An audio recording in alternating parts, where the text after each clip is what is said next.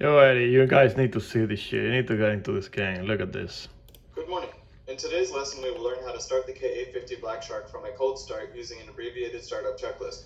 I have disabled your HOTAS control synchronization for the duration of this course as it can interfere with the training instructions. This mission follows and is based on the steps found in the original video released by Eagle Dynamics. This training mission is designed to standardize the style of training in Black Shark with the training found in DCS A10C Warthog. If you're having trouble hearing me, exit the mission and turn down the world and end cockpit sounds. If you have disabled your spacebar key as your fire button... Look at this shit, man. Look what you have to do to start off the aircraft.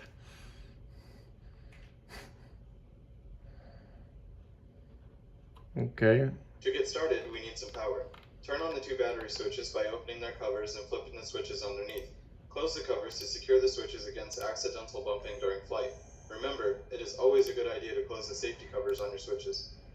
Now that we have power, turn on the intercom switch and the R800 radio using the VHF2 switch on the wall panel. Turn on the transmission, hydraulics, and Ecron power switch located on the back panel. Then reset the master caution push light that is blinking red on the front left of your front panel. Remember to close the cover on the Ecron switch. Press the spacebar to continue after you have turned off the master caution light. Okay, I did that. I need to come here. Okay, yeah. Okay. Turn on the inertial navigation unit, or INU, located on the back panel.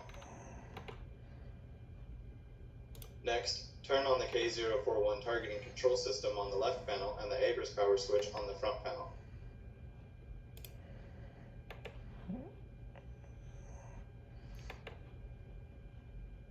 Turn on the standby attitude indicator and the fuel gauge, then turn on the fire suppression systems by opening the cover and right-clicking the switch to ensure it is in the operation mode. Now move the APU shut-off valve to the open position and turn on the forward and rear fuel boost pumps. To start the engines, we need to turn on the auxiliary power unit, or APU, which will provide power to start the engines. Start the APU by hitting the start button by the engine select switch on the front panel. Then release the rotor brakes by moving the rotor brake handle down. You should hear the APU start up after a couple seconds. Although not necessary for this mission, now is an excellent time to shut the cockpit door. You can do so by pressing right control and C. This will help keep some of the noise down for the rest of the training. Now that the APU is powered up and running, we can start the left engine. Turn the left engine cutoff valve to the open position. Turn on the left engine electronic governor, or EEG. Move the engine selector switch on the left panel to the left engine and press the start button. Then move the left engine cutoff valve to the open position.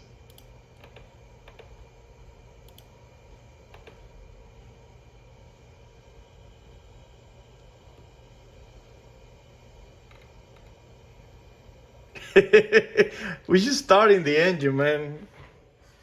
Just starting the engine. It's already been 3 fucking minutes. You're supposed to do that shit in 30 seconds, actually. Because this is just a tutorial. You should make sure that the engines power up to around 70% in under 60 seconds. You should see your engine exhaust gas temperatures indicated by the top gauge start to heat up. In addition to your engine RPM and temperatures, you should also have noticed your rotor blades have begun to spin as well. Did I do that? Oh, yeah. Repeat the steps for the right engine startup. Okay, so governor, fuel power,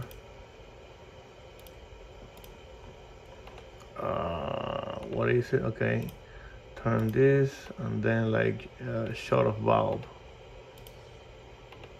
It should work, right?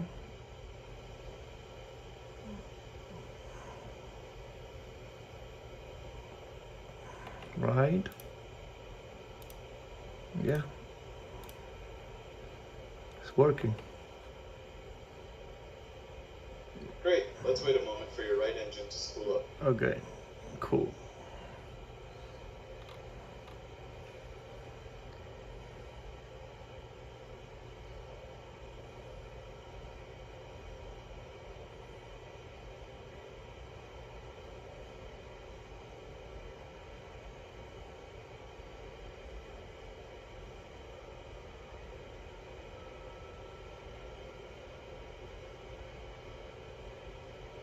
All set. And now safety switches are off, right? Okay. Once your right engine has stabilized, shut down the APU by pushing the APU stop button next to the engine selector and close the APU fuel shutoff valve located on the right side panel. Now uncage the standby ADI by rotating the adjustment knob until the knob is depressed. Lower the collective to the lowest position by hitting num- or moving your HOTAS collective control to its lowest point. Then set your engine RPM levers to the auto position by using page up or page down on the keyboard, or by moving your HOTAS throttle control.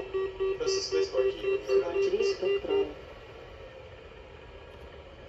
Now that we have our engines ready to go, we need to turn on our AC generators on the right panel to provide power to the aircraft systems. Click on the engine dust protection switch on the overhead panel. Turn on the nav system and move the nav mode switch to the operate setting by moving it left or right. Power on the data link with the data link TLK power switch. Turn on the data link's VHF TLK switch.